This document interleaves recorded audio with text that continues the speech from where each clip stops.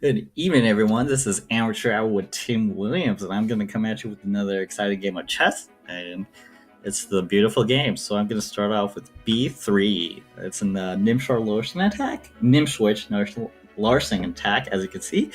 The point of this attack is to develop the bishop on B2 and immediately oppose the threat a nice long diagonal, posing the threat to his rook on h8, as well as fighting for the center.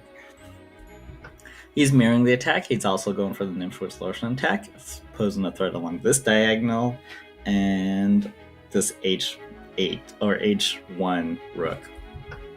I'm going to counteract his threat and play pawn to e4, and he develops his bishop, posing a threat along that white diagonal. So I'm going to further defend my piece with pawn to d3, defending this pawn along here, which was being threatened by the knight, or the bishop, pardon me.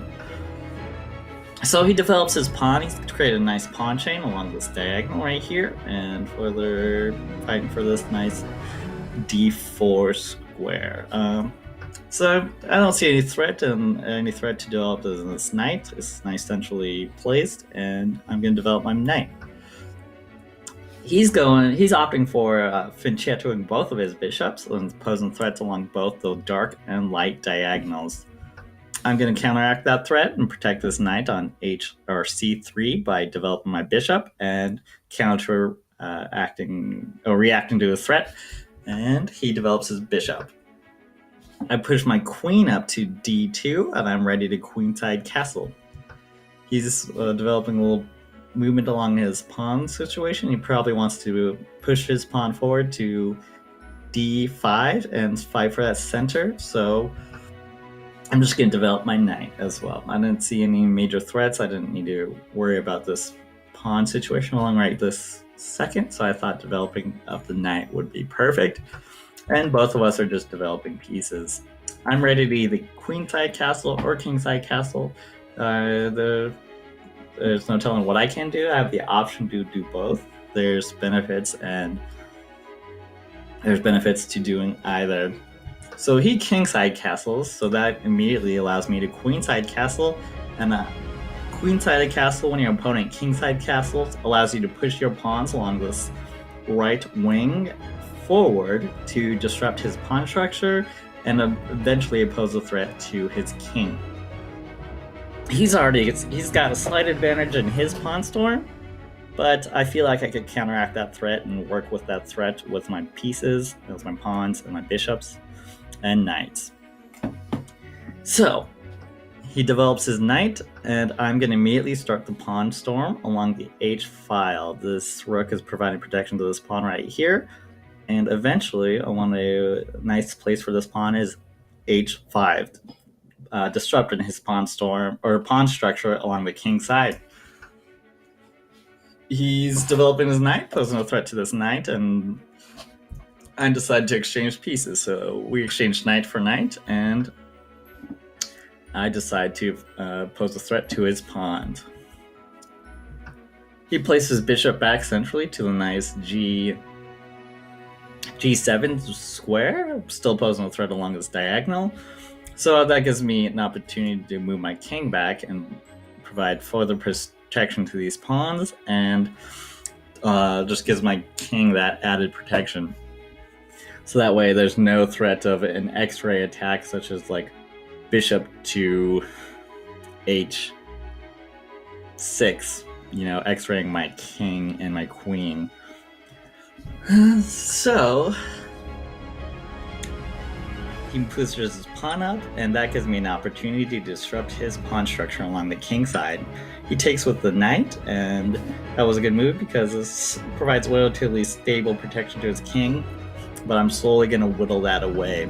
I'm moving my knight to b5, and that's preventing his pawn storm from occurring because this pawn can no longer move forward unless he tries to threaten that, and I'll be able to deal with that threat when it comes around. He's pushing his pawn up, and that gives me an opportunity to attack that center, and we exchange pawns. I provide an immediate threat to his bishop with my bishop from e2 to eh5, and that's providing a threat to his knight. Knight runs away, and I'm going to threaten his knight, and he decides to go to c6. That gives me an opportunity to take his pawn, and we exchange pawns once again. Now, if we take a look at our pawn structure, I have 2 pawn islands, and he has 1, 2, 3, 4 pawn islands.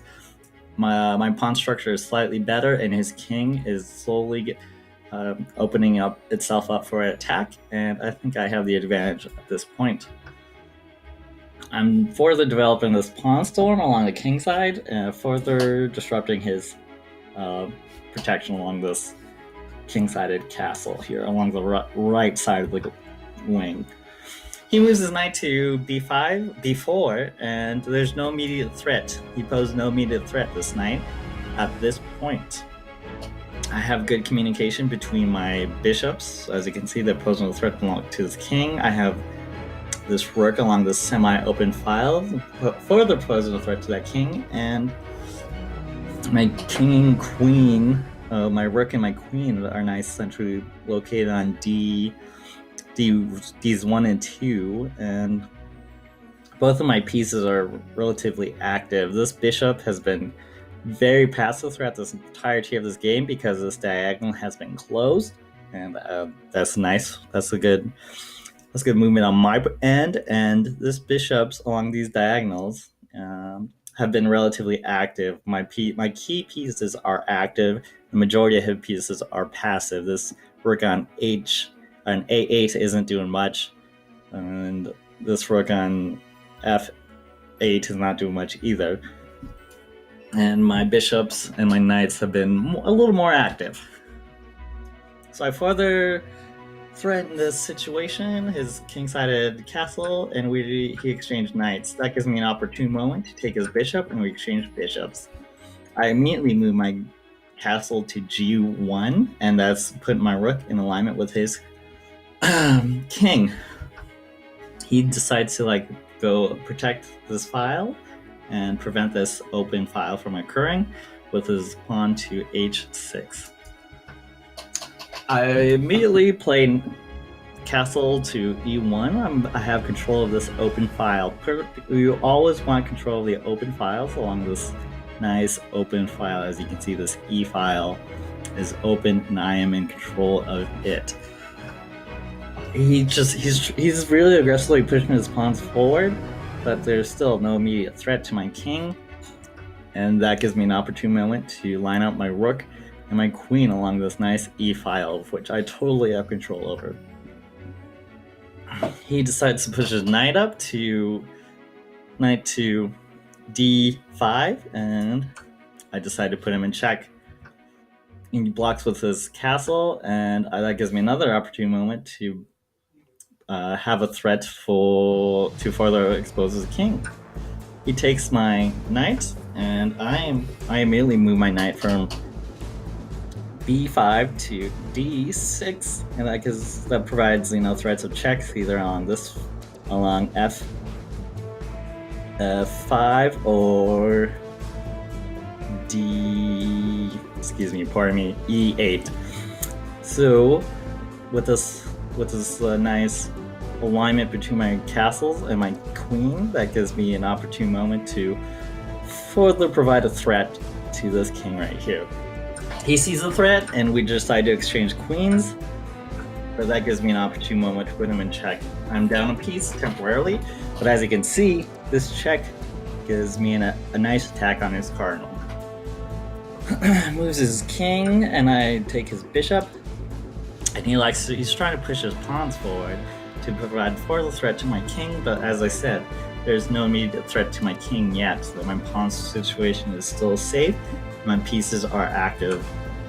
I put him in check because this nice alignment between my rook and my castles, or pardon me, the rook and my bishop is nicely placed. He moves to e5, and I immediately put him in check again. Now this move, there's nowhere else for this king to go, so this gives me an opportune moment to put him in checkmate. As you can see, this file is protected by my castle on e1, and this diagonal is protected by my bishop on f3. So this is a nice checkmate because it smothered his king's movement with the castle on d6 and his pawns right here. And this, he cannot move his king right here because his pawn is right here. So this is a nice smothered checkmate, and I think this is another beautiful game. So what some key factors in this game are like your pawn structures, whether your pieces are active or passive. My bishops were definitely a little more active. My castles were placed along the open files, and my pawn storm along the H file and eventually G file opened up his king for attack.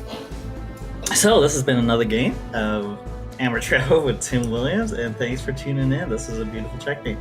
Hope to talk to you later, and hope all is well in your life. Have a good one.